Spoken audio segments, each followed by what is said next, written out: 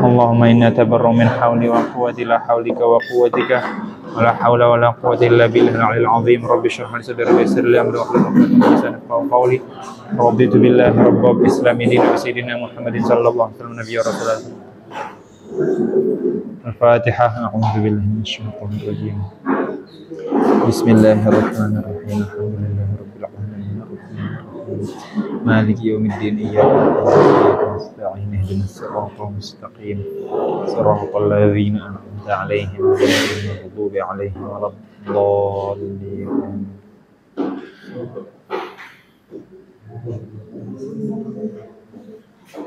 As-sabi anhu wa bisanadin muttasil lil musannif rahimahullah ta'ala nafa'ana bi'ulumihi wa bi'ulumikum fid dharain amin. As-sabi anhu anna Rasulullah sallallahu alaihi wasallam qala hujibatin naru bisyahawat wa hujibatil jannatu bil makarih. Muttafaqun alaih. Hadis yang ketujuh dari bab apa ini? Mujahadah. Anhu, dari sahabat Sayyidina Abu Hurairah radhiyallahu an, bahwasanya Rasulullah sallallahu alaihi wasallam bersabda, hujibatin nar bisyahawat. Jadi hujibat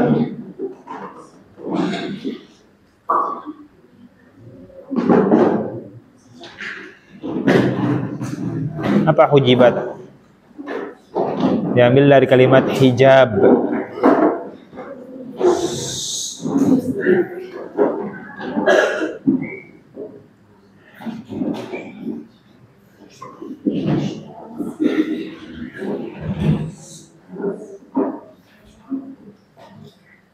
Hujibat diambil dari kalimat hijab. Apa hijab? Penutup.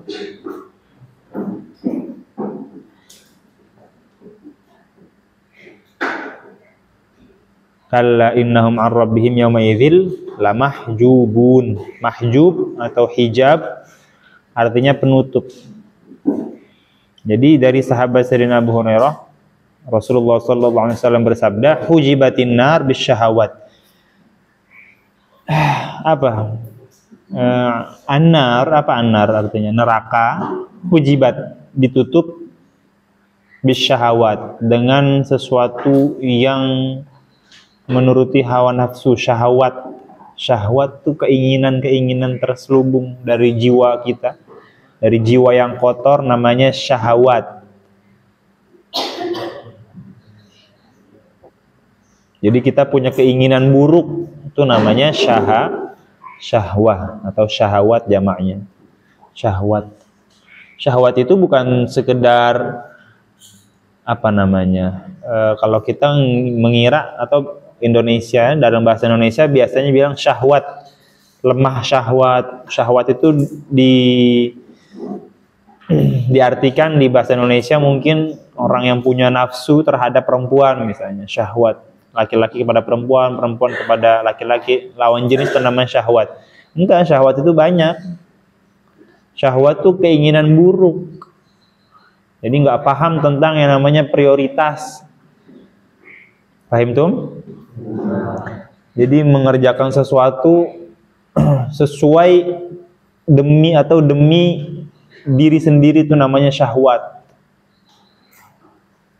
Enggak mesti suka sama lawan jenis, birahi misalnya, nasallallahu alaihi wasallam, suka sama lawan jenis, bukan. Syahwat tuh makan pun syahwat, minum syahwat. Ada yang baik, ada yang buruk, memang syahwat. Orang kalau nggak punya syahwat jelek, iya. Orang nggak punya syahwat misalnya nggak jadi ente. Orang tua ente nikah nggak punya syahwat, nggak jadi ente. Jadi syahwat itu baik, cuma harus ada porsinya.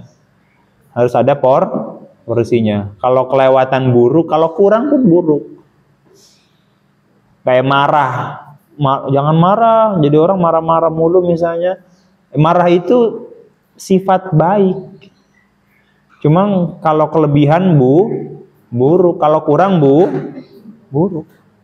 Berani pun juga begitu. Keberanian itu sifat baik. Cuma kalau kelebihan buruk, namanya nekat, arogan. Kalau kurang jadi pengecut. Begitupun syahwat. Syahwat ini enggak selamanya buruk. Orang kalau nggak punya syahwat, nggak akan berjalan dunia, nggak akan bekerja. Memang biasanya emang syahwat itu diartikan sesuatu yang buruk. Paham tuh? Syahwat nggak mesti dibungkus dengan dengan perbuatan buruk. Syahwat misalnya kepada lawan jenis, syahwat makan kan pakai syahwat. Coba orang nggak nafsu makan gimana? Oh, aneh, makan nggak? Harus pakai nafsu, pakai syahwat makan, namanya syahwat perut, syahwatul batin. Ada syahwatul batin, ada syahwatul farj, syahwat kemaluan. Kita mau nikah gak? Enggak mau nikah. Itu nggak ada syahwatnya berarti nggak baik kan? Cuma kalau kebanyakan dikit-dikit nggak bisa ngeliat perempuan misalnya, atau perempuan nggak bisa lihat laki-laki langsung misalnya, pengen melakukan sesuatu, harus ditahan. Ntar memunculkan namanya iffah. Iffah itu menahan diri. Kita kembali. Hujibatin nar bisyahawat. Jadi apalagi syahwat misalnya. Jadi nggak mesti sesuatu yang buruk, misalnya mencuri karena ada syahwat ingin mencuri, makan rakus karena kadang-kadang ibadah pun pakai syahwat. Dengerin. Kadang-kadang ibadah pun pakai syahwat nggak bagus jadinya. Paham? Gimana bang? Ibadah kan bagus, ibadah banyak misalnya. Tapi kalau pakai syahwat buruk jadinya. Paham? Ngaji sampai malam, sampai jam 12, sampai jam 1 misalnya. Ngapain? Ane mau baca Quran sampai subuh. Ngaji terus baca Quran. Kenapa emang? Pokoknya harus ngaji. Atau belajar sampai malam, semalam suntuk sampai jam 10, jam 11. Jam 10, jam 11 masih sore. Jam 1, jam 2 misalnya. Ngaji sampai jam 2. Membahas suatu masalah. Ini gimana hukumnya nih? Halal apa haram nih? Ini kata Nabi bagaimana nih? Sahabat bagaimana? Kata ulama, apa pendapat beliau? Apa pendapat beliau? Ngaji sampai jam 2 bahsul masail. Habis itu subuh-subuhnya nggak sholat. Nah itu namanya ibadah pakai syahwat. Ngaji ibadah kan? Memang kalau pakai syahwat nggak bisa memprioritaskan sesuatu. Sholat pakai syahwat nggak bagus. Sesuatu yang bukan kewajiban misalnya harus pakai syahwat nggak bagus. Paham dong? Belajar udah jam 11 tidur. Tapi kan belajar bang, bagus belajar. Di sini ada gak belajar sampai jam 11? Ngobrol adanya. Ada kali yang belajar 1, 2, 3, 4, 5, 6 tuh. Ada 20 orang ada. Ayo belajar, wajib belajar jam 8.15 sampai jam 9.15. Wajib belajar. Aneh maunya sampai jam 11 bang. Ya udah silakan, cuma subuhnya jangan terlambat. Kalau terlambat berarti belajarnya pakai syahwat. Jadi harus sesuai ketentuan Allah Subhanahu wa taala. Kita kembali. Hujibatin nar bisyahawat, ditutupi neraka itu bisyahawat, dengan syahwat, dengan keburukan, dengan hawa nafsu, dengan keinginan-keinginan yang tak bisa dicegah, itu syahwat. Wa hujibatil jannatu bil makarih, dan ditutupi diselimuti gitu mungkin ya, diselimuti surga itu bil makarih, dengan sesuatu yang dibenci. Dibenci itu sesuatu yang dibenci, yang enggak terbiasa, misalnya tahajud, puasa. Ada gak orang pengen lapar? Aneh suka dah kalau lagi lapar, misalnya. Aneh suka lapar. Suka di sini maksudnya senang banget, aneh lapar, aneh cinta lapar. Nggak ada orang lapar tuh sakit, gak enak sini. Nggak bisa mikir atau pusing kepalanya. Nah itu dia. Tapi kalau mau masuk surga ya puasa, ibadah, diantaranya puasa. Puasa kan sakit. Maksudnya nahan lapar kan sakit, gak enak. Itu dia. Wa hujibatil jannatu bil makari, salat misalnya, berangkat. Kenapa sih nggak langsung aja gitu ke masjid? Atau kenapa sih nggak di asrama aja? Salat sendiri-sendiri, kenapa sih? Kesel kan kita disuruh ke masjid. Udah azan lagi ya. Azan yang lama. Jangan buru-buru komat, atau komatnya yang lama. Ane masih di jalan, ane masih pakai sarung, ane masih ngambil mukena. Iya, nggak enak kan? Makari sesuatu yang kita benci. Pagi-pagi masih ngantuk, semalam misalnya habis ngecor, habis segala apa masih ngantuk, masih capek. Pagi-pagi harus berangkat lagi ke masjid, kan nggak enak. Tapi disitulah surga itu ada. Di balik sesuatu yang tidak menyenangkan, ada surga. Kalau kita bilang ada udang di balik batu, ada surga di balik kebencian. Iya, kebencian dalam hal-hal baik. Kita benci bangun subuh kena air dingin, apalagi gerimis, Allahu Akbar, mati lampu. Kan kesel kan kita, harus berangkat. Kenapa sih gak di kamar aja? Di balik kebencian-kebencian yang ente benci itu, pekerjaan-pekerjaan yang kita benci, itu ada surga.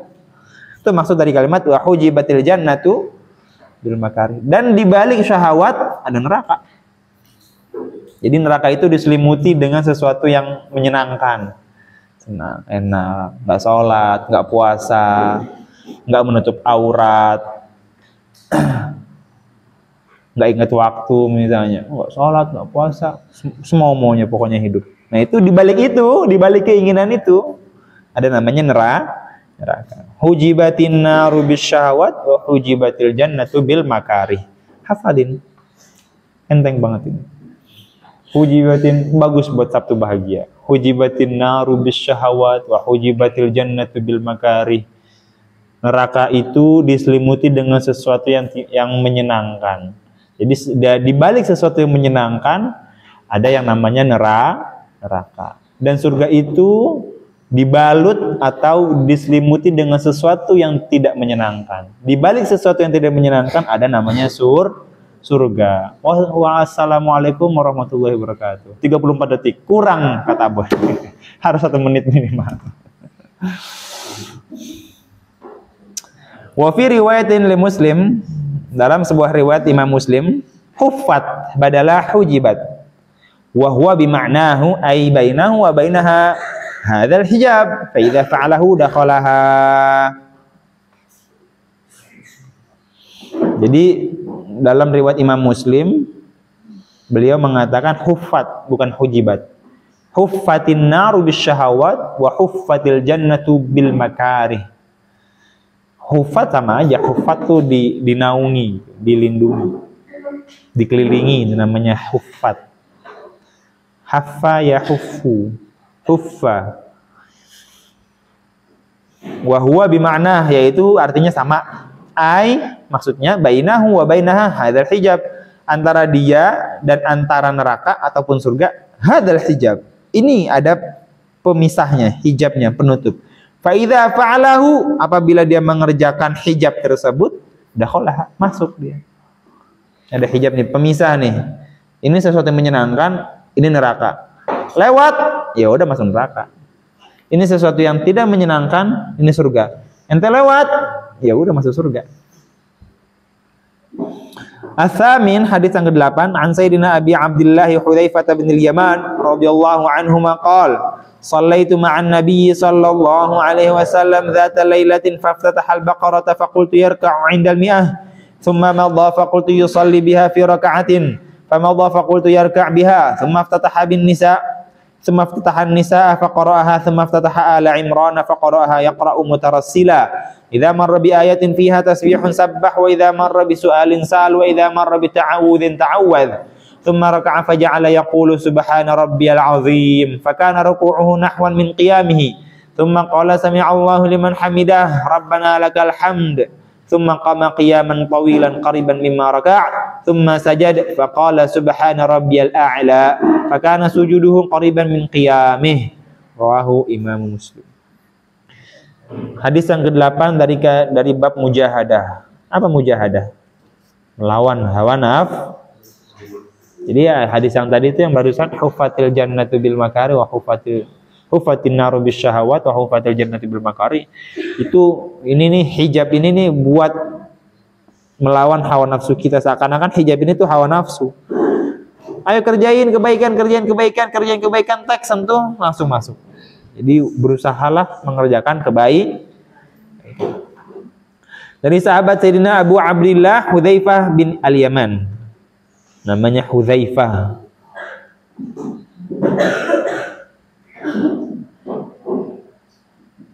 Hudzaifah i'rabnya apa? Eca. Hudzaifah i'rabnya apa?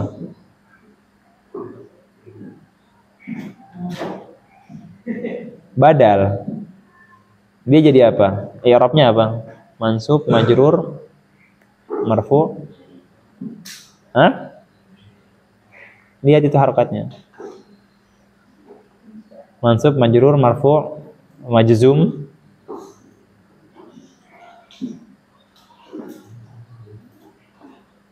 Dia jadi badal daripada Abi Abdillah. Hudzaifata. Jadi apa?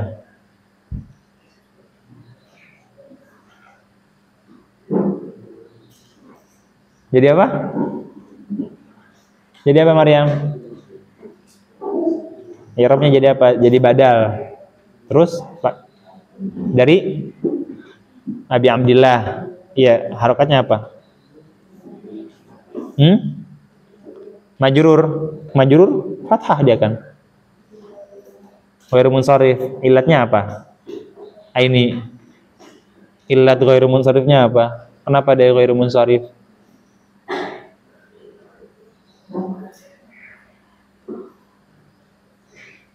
Illatnya ada dua kan? Ada yang mana, ada yang lafaz. Kenapa dia? Hah? Apa Maryam? Apa Nabila? Mana Nabila? Pulang. Mana Nabila satu lagi? Mana Nabila satu lagi? Bilbina. Mana? Illatnya apa? Hah? Kalam. Alam terus? Alamiah? Alamiah sama apa? Tasniyah. Ntar dilihat coba. Alamiah sama apa? Hudzaifata. Memakai ta marbutoh. Ibnul Yaman radhiyallahu anhuma. Qala, beliau berkata, "Shallaitu, aku salat ma'an Nabi, bersama Nabi sallallahu alaihi wasallam. Dzata lailatin, suatu malam, faftatahal Baqarah, beliau memulai dengan Al-Baqarah. Mulai salatnya Al-Fatihah kemudian Al-Baqarah. Faqultu yarka', kemudian saya katakan yarka'. Indal mi'ah. Ini beliau bakal ruku' ketika ayat ke-100, 100 ayat. Tsumma madha. Kemudian beliau lewat. Madha maksudnya melewati itu.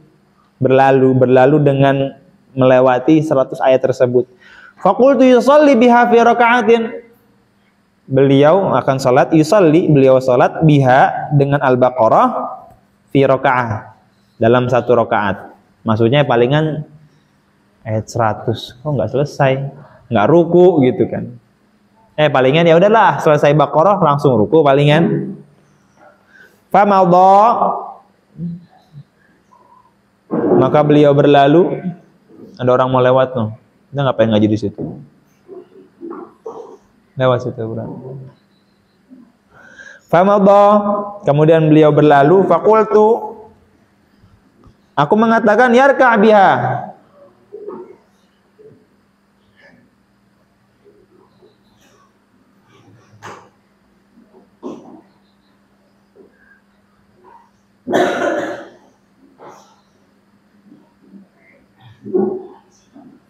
Ruku nih habis ini gitu. Ya intinya habis 100 rakaat, paling 100 rakaat, 100 apa? 100 ayat. Enggak taunya enggak. Yarka' biha, tsumma ftatahan nisa. Kemudian beliau membuka dengan surat An-Nisa. Jadi habis Al-Baqarah baca An-Nisa. Faqaraha, kemudian beliau membacanya. Tsumma ftataha Ali Imran. Kemudian beliau membuka Ali Imran. Jadi habis baca Al-Baqarah, An-Nisa, baru Ali Imran. Faqaraha, kemudian beliau membacanya yaqra'u mutarassila. Beliau membacanya dengan perlahan. nggak cepet-cepet bacanya. 3 surat paling panjang beliau baca pelan-pelan, mutarassil. Bismillahirrahmanirrahim. Alif lam mim. Dzalikal kitabu la raiba fihi hudal lil 3 surat paling panjang. Faqaraha, kemudian beliau membacanya yaqra'u mutarassila, beliau membacanya secara perlahan dengan tajwid dan tartil. Enggak kayak orang-orang baca kayak kumur-kumur. Bismillahirrahmanirrahim. Alhamdulillahirobbilalamin. Enggak begitu. Pelan-pelan baca. Idza marra bi ayatin fiha, apabila beliau melewati ayat ada tasbihnya, subhanalladzi asra misalnya, itu surat yang lain. Intinya kalau ada tasbih di situ, sabbah. Beliau bertasbih.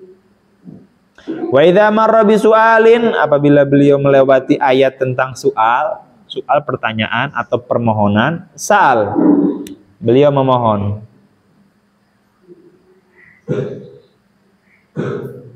Nas'alullah al-afwa. Ya, mungkin itu bacanya. Wa idza marra bi ta'awudzin, kalau beliau melewati ada ayat tentang ta'awudz, tentang meminta perlindungan, ta'awwadz, beliau meminta perlindungan, mengucapkan a'udzubillah atau a'udzubika.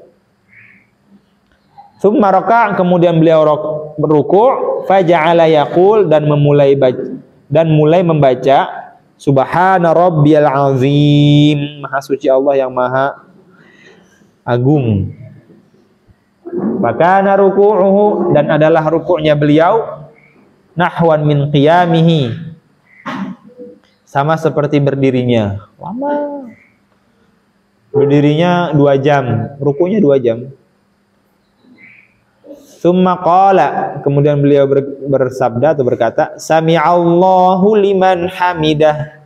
Sami'allahu liman hamidah. Allah mendengar seorang yang memujinya. Sami'allah, Allah mendengar, liman hamidah, orang yang memujinya. Rabbana lakal hamdu, wahai Tuhanku, hanya kepadamu segala pujian. Tsumma qama qiyaman, kemudian beliau bangun.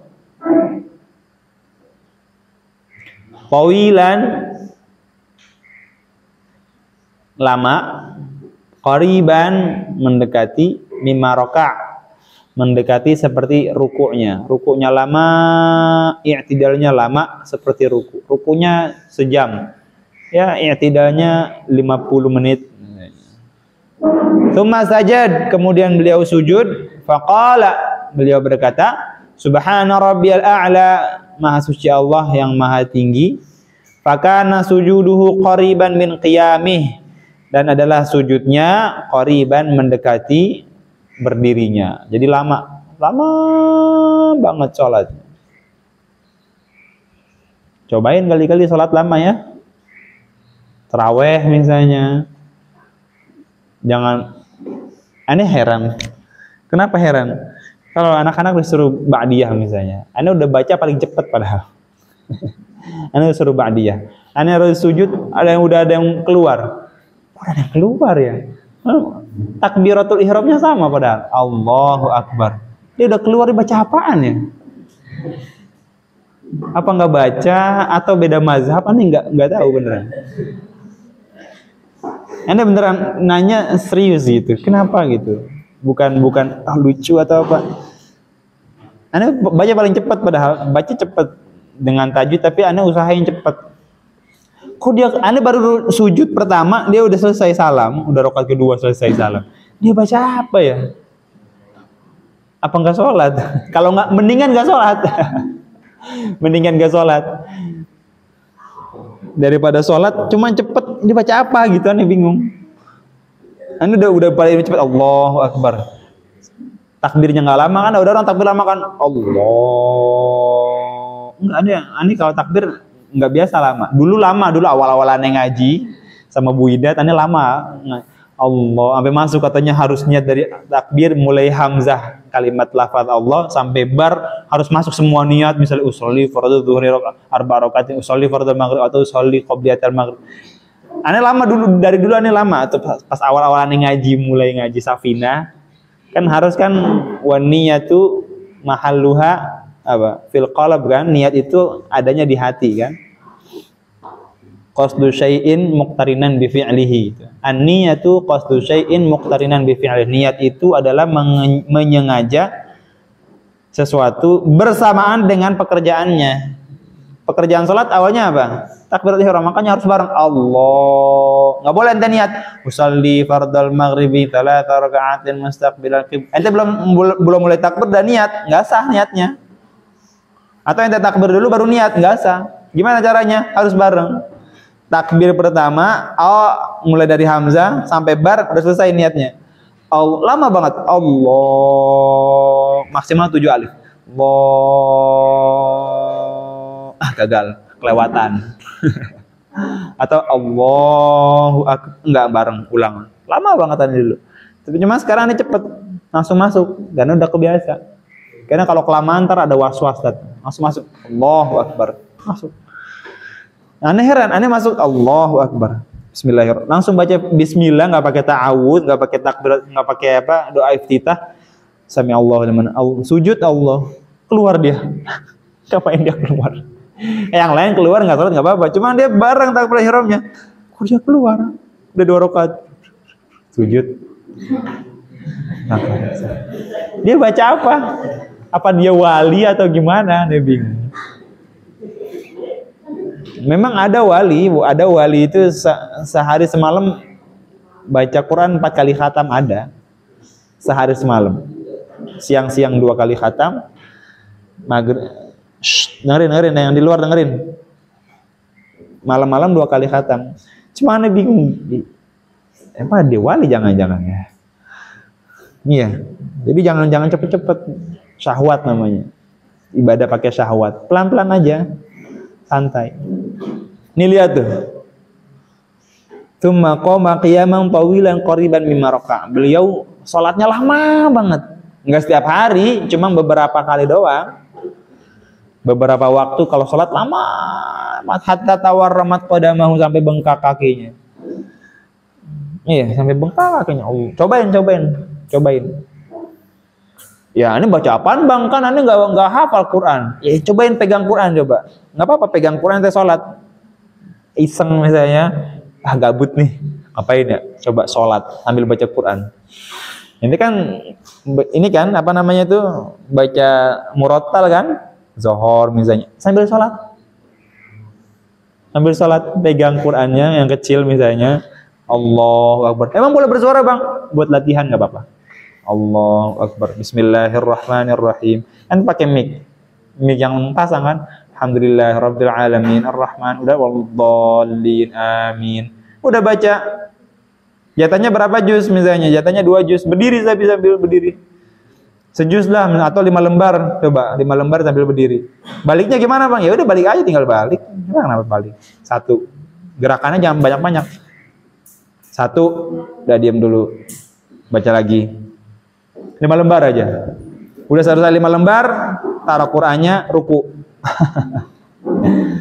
Cobain. Kok tiba-tiba diam? Kenapa nih orang nih mic-nya? Baca-baca yang di masjid misalnya. Masjid lagi sholat ya, sambil megang Quran misalnya. Nggak apa-apa. Mau cobain. Mungkin pahalanya lebih gede. Jadi jangan cepet-cepet sholat. Mau kemana sih emang? Nas'alullah al-afwa. At-tasi'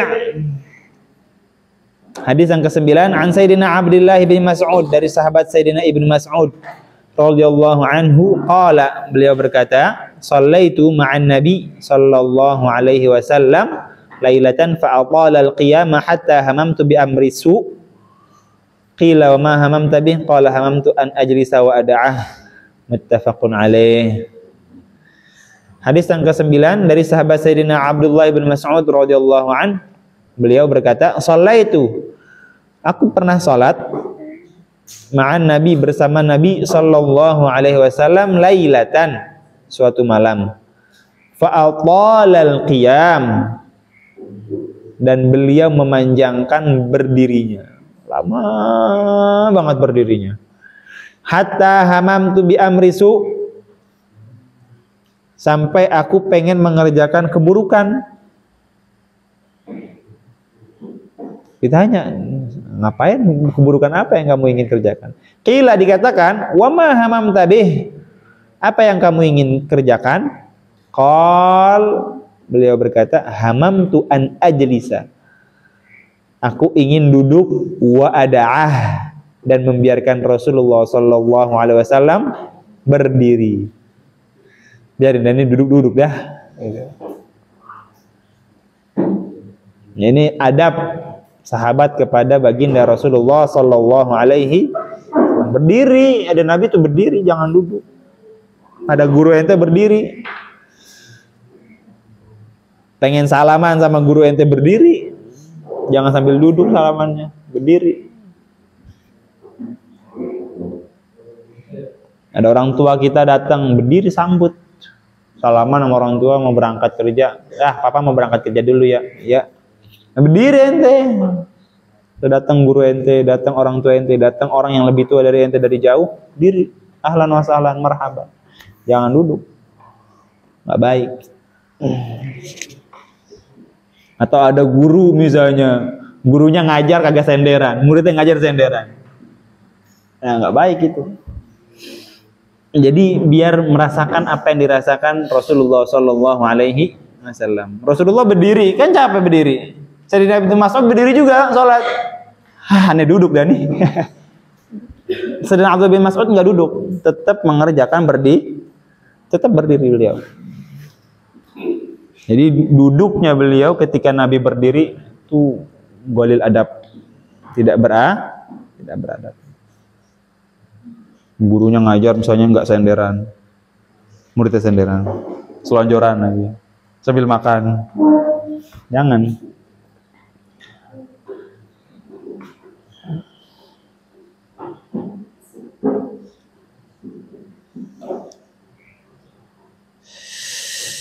Muttafaqun alaih al-ashir. Jam berapa sekarang?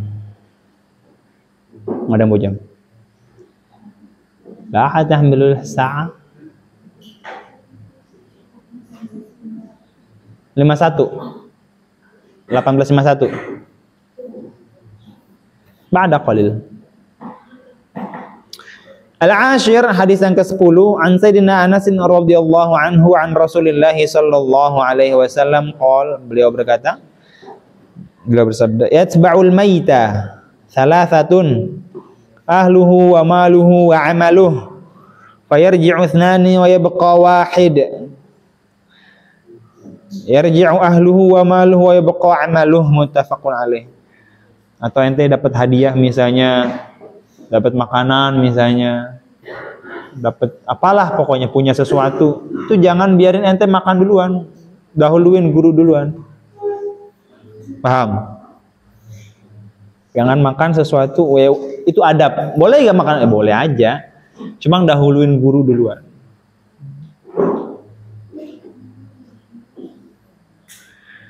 Dapat hadiah, jangan dipakai hadiahnya sebelum guru ngizinin misalnya. Pak guru, antum nih misalnya. Jadi dahulukan guru. Lagi makan di nampan ada Bang Aboy. Jangan mulai sebelum Bang Aboy makan. Ayo makan, enggak, antum dulu Bang. Ayo makan, udah antum dulu pokoknya. Kalau perlu suapin, Sahel ambil, suapin.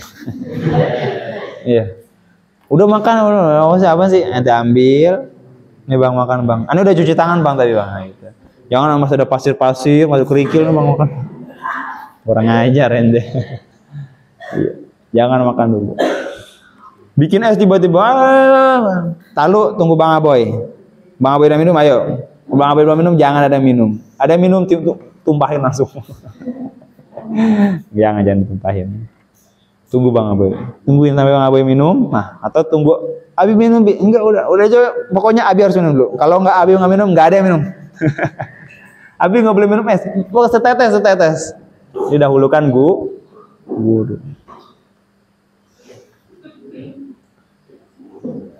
Pada kerja misalnya Bang Aboy macul dah. Datang makanan, ayo makan dulu, Bang Aboy masih macul. Jangan.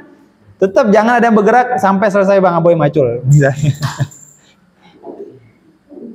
Bang Apoy maju sendirian, walaupun baru datang Bang Apoynya misalnya. Ini kan baru datang, biar aja kita makan. Enggak, tungguin Bang Apoy, tungguin. Anda pernah guru Anda lagi nyuci mobil. Anda sebagai seorang murid yang merasa berbakti, Anda pengen bantuin Syekh ta'al khalli ana alladhi unadhif, biar saya yang mandiin gitu, biar saya yang bersihin mobil. Enggak mau lah. Khalli. Idhhab anta. Ruh ya Allah, ruh itu pergi sana. Anda diam aja, diam. Nggak berani Anda duduk, nggak berani berpaling, diam aja. Ngapain di sini? Anda nggak bisa Anda makan sana santai-santai, makan, main HP misalnya, selonjoran, tiduran, rebahan. Anda ada guru Anda lagi nyuci mobil, nggak? Diam aja. Ya Allah, ruh. Kalau emang udah dipaksa, ya udah. Syekh, afwan, minta maaf, minta redonya. Berangkat. Allah yarda alaik, digituin sama guru. Allah yarda alaik, semoga Allah meridhoi kamu. Allah yarda alaik. Kalau udah dibilang Allah yarda alaik, udah langsung berangkat. Diam aja. Guru ini namanya Syekh Uqbah. Anaknya namanya Bakar. Anaknya namanya Bakr, bukan Bakar, Bakr. Wain tadha Bakr.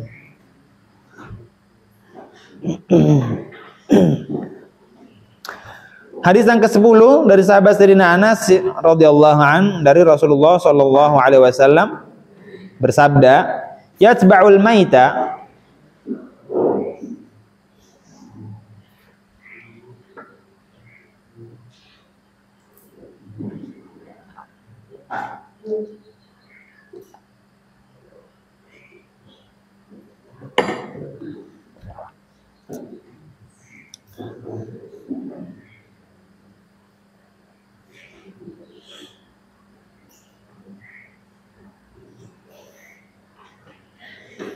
mengikuti seorang mayit salah satun, 3 hal. Ahluhu, atau ya sebab itu bisa mengantarkan ya, mengantarkan seorang mayit 3 hal. Ahluhu, keluarganya, wa maluhu, dan hartanya, wa amaluh, dan amalnya. Fayarji'u ithnani, kemudian pulang, ithnani, 2, wa yabqa wahid, dan tersisalah 1. Jadi ada 3 hal yang mengantar mayit sampai ke kuburan. Yang pertama keluarga, yang kedua harta, yang ketiga amal. Yarji'u ahluhu wa maluhu, pulang ahluhu, keluarganya, sanak familinya, wa maluhu, dan harta bendanya, pulang, kembali kepada Sang Pencipta. Dianterin. Ada yang mau ngikut ke kuburan? Enggak ada. Mau ikut di kubur? Apalagi nggak mau. Jadi nganterin, udah sampai liang lahat, paling sampai liang lahat naruh jasad orang tuanya, gurunya, atau pamannya, atau saudaranya. Habis itu naik lagi dia, nggak mau dia dikubur bareng-bareng. Wa maluhu, dan hartanya, dia datang bawa, diantar pakai mobil yang dia punya misalnya, bahkan keluarganya naik mobil, dia naik ambulan, diikutin pakai mobil yang dia punya dulu. Ketika nafas terakhir terhembus, itu mobil bukan punya dia lagi. Punya siapa? Punya Tuhan. Tuhan ngatur buat ahli waris. Jadi kembali kepada Allah Subhanahu wa taala, yang mana Allah udah ngatur itu harta. Artinya kembali ke ahli waris. Itu mobil punya almarhum kakek, bukan punya kakek lagi sekarang. Itu rumah kakek, enggak, kakek udah bukan rumah kakek. Itu rumah ahli warisnya kakek. Ini motor punya kakek, enggak, kakek kan udah meninggal. Ini punya siapa? Punya ahli warisnya. Siapa ahli warisnya? Bisa jadi saya, bisa jadi kamu, bisa jadi siapa. Tapi biasanya punya kakek atau punya orang tua yang udah almarhum, misalnya punya kakek, engkong, uyut, itu cuma metafora doang sih, majas, bukan sesuatu yang sebenarnya. Tapi ada juga yang bilang begitu. Ini jangan diapa-apain ya. Ini rumah nih peninggalan kakek. Nggak boleh diapa-apain. Enggak, ini bukan punya kakek lagi. Harus diapa-apain. Harus diapain? Harus dibagi sesuai ketentuan waris. Hukum waris yusikumullahu fi auladikum lidzakari mithlu hadzil unthayain. Yang dapat dua, ya dua. Yang dapat satu, ya satu. Kata kakek, kalau kakek meninggal, ini rumah nggak boleh diapa-apain. Nggak bisa. Kakek meninggal, rumahnya bukan punya dia lagi. Udah, punya ahli waris. Dan harus diapa-apain, harus dibagi. Paham tuh? Jadi kalau ada orang yang meninggal, kemudian hartanya nggak boleh diapa-apain, dosa itu dia yang bilang begitu. Jangan, ini harta peninggalan kakek, kenang-kenangan. Buat siapa? Kakek udah sono di kuburan udah. Harus dibagi. Terserah bagiannya, misalnya separoh-separoh, dapat 2 meter kali 4, ini berapa meter? 6. Ini 4 meter, berapa meter ini nggak tahu. 3, anggaplah 6 meter misalnya. Ane dapat 6 meter, misalnya nih ada sekitar 9 meter. Ane dapat 3 kali 6, yang lainnya ya udah, ane nggak mau diapa-apain, ya udah begini, yang lainnya mau terserah. Jadi ada satu rumah yang satu belum direnov, yang satu udah direnov karena bagiannya beda. Terserah. Karena udah nggak ada hak lagi. Almarhum udah nggak punya hak. Ini punya si Anu, enggak, udah selesai urusannya di dunia. Ini rumahnya kakek, enggak. Kalau mau dinamain silakan nama jalan misalnya. Jalan Haji Nawi.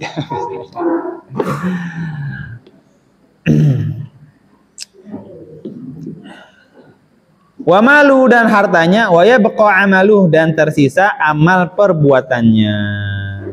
Muttafaqun alaih. Amalnya yang menemani dia. Nanti kalau amalnya jelek, ya udah buruk dia kelihatannya. Mungkin dia sosok ular atau sosok yang menyeramkan, naga misalnya. Keren dong bang naga, pala ente keren, dimakan ente. Ular naga. Pernah mimpi buruk kagak bisa bergerak, dikejar ular misalnya.